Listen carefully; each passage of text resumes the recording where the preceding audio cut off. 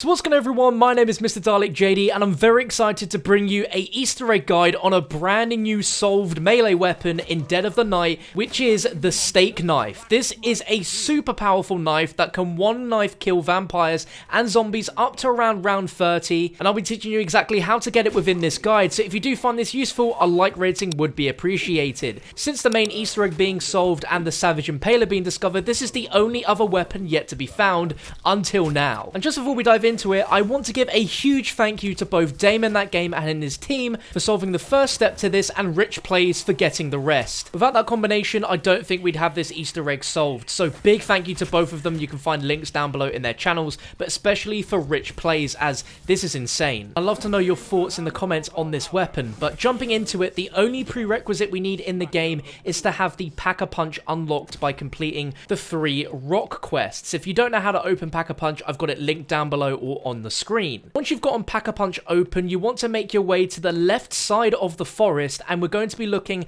at a particular tree which has a lantern on it. Now, looking above the lantern, you can see a stone slab with a symbol on it. It's going to be some sort of triangle, and if anyone's played the Voyage of Despair Easter egg, you'll recognize these symbols. There is one on this tree stump with a lantern on it, and then if you look just behind to the left, there is another tree with a symbol on it. Then at the far back, there's another tree with a symbol on it, and then to the right, there is another tree with a symbol on it. These 4 trees are going to sort of form a diamond shape, and we're going to be looking at the 4 symbols on each of these trees and memorizing them in a certain order.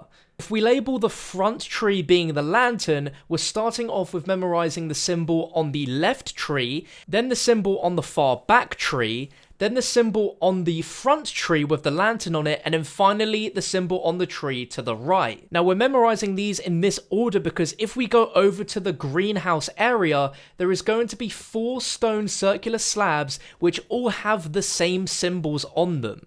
What we are going to do is we are noting down the symbols that were on the trees in the order I mentioned, so left, back, front, and right, and we're going to be looking at these 4 stones and shooting them in that order that we matched up the symbols with. One symbol is on the front window here of the gazebo. Then if we make our way to the right next to this wall bite, it's just perched here on the left. Then if we go through past the perk machine, which can sometimes be raw, there's a fountain, and under at the back of that fountain is going to be another stone slab. And then finally, if we do a 90 degrees and on this handrail, we can see a 4th rock. What you need to do is look at these 4 rocks in your game and locate the rock which has the symbol that was on the left tree, and you want to be shooting that with a silver bullets weapon. Now, if you've shot this one and it's in the correct order, you will notice a sparkling effect come from the rock being destroyed, and you will hear a sparkling sound effect. All you need to do is shoot the 4 rocks in the correct order, matching up the symbols that were displayed on the trees. And if at any point you shoot the wrong rock in the order, you'll notice that it won't be sparkling, it won't make the sound when it's destroyed. And if you fail, you're going to have to restart the game before attempting this Easter egg again. It simply won't work. But if you've shot all 4 of these rocks in the correct order by shooting them in the order in which we noted them down from the trees, you should hear your character say a character quote. If they haven't, then obviously you've not done it right and you'll just have to restart the game. But if they have, then you have done it right and we can work on the next step. Now, the next step is going to involve us going back to the forest and looking at the tree that is next to the one with the lantern on it. As you will notice, there are now 4 stone slabs with the same symbols that we were just hitting with our gun, but they are now etched into the bark of the tree, and there are the same 4 symbols that surround each side of the tree bark. Now, what we need to do here is melee the same order of symbols that we shot on the rocks as you're seeing on the tree bark. So starting with the symbol that was on the left tree, we're going to be knifing that first. Then we're going to be knifing the symbol that was on the back tree. Then the symbol that was on the front tree with the lantern. And then finally the one on the right.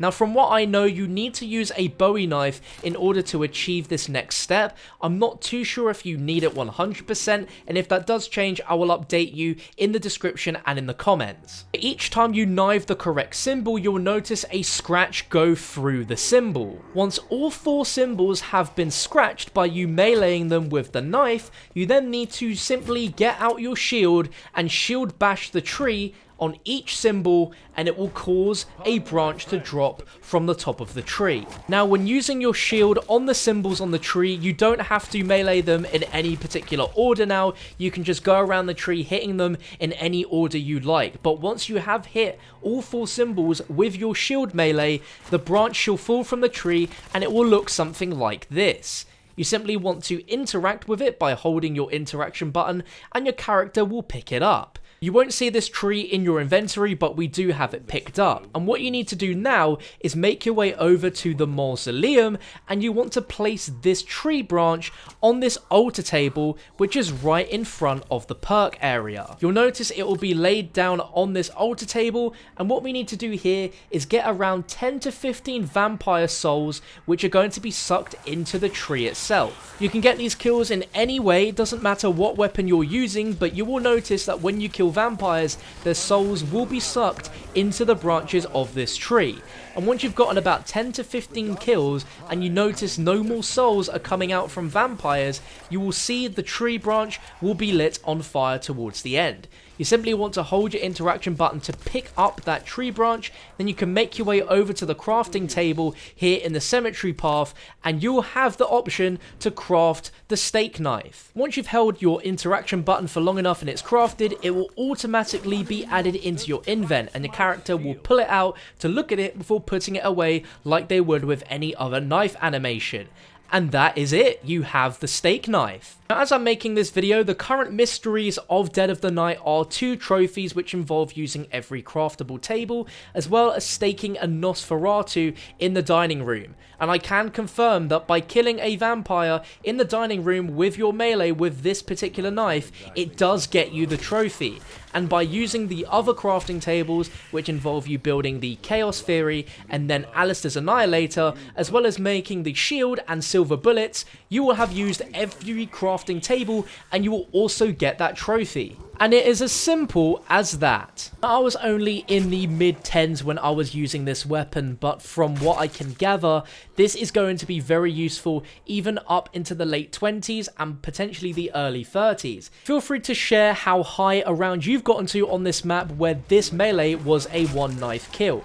It can 1-knife kill pretty much all enemies, including the vampires, the red Nosferatu, which I show you here by summoning it, and it dies in 1 knife. It is fantastic, and it is great against zombies too. I can't recommend it solely going knife only, but if you wanted to attempt this map, or essentially the Easter egg from this point onwards knife only, this is definitely a viable option for you. But that wraps it up. I really appreciate you guys watching this video. If you enjoyed it and you are excited by this weapon, let me know in the comments, and feel free to leave a like rating if you learned something new here. I have tons of other Dead of the Night videos on my channel, including a full Easter egg tutorial, as well as various build guides on how to build all the other different buildables within this map, including the Wonder Weapon fully upgraded, and a bunch of other little mini Easter eggs here and there, such as secret rooms and other things like that. And if you're new around here and you want to see more zombies content like this, then make sure you hit that subscribe button. But thank you for watching, and I'll catch you for another video very, very soon.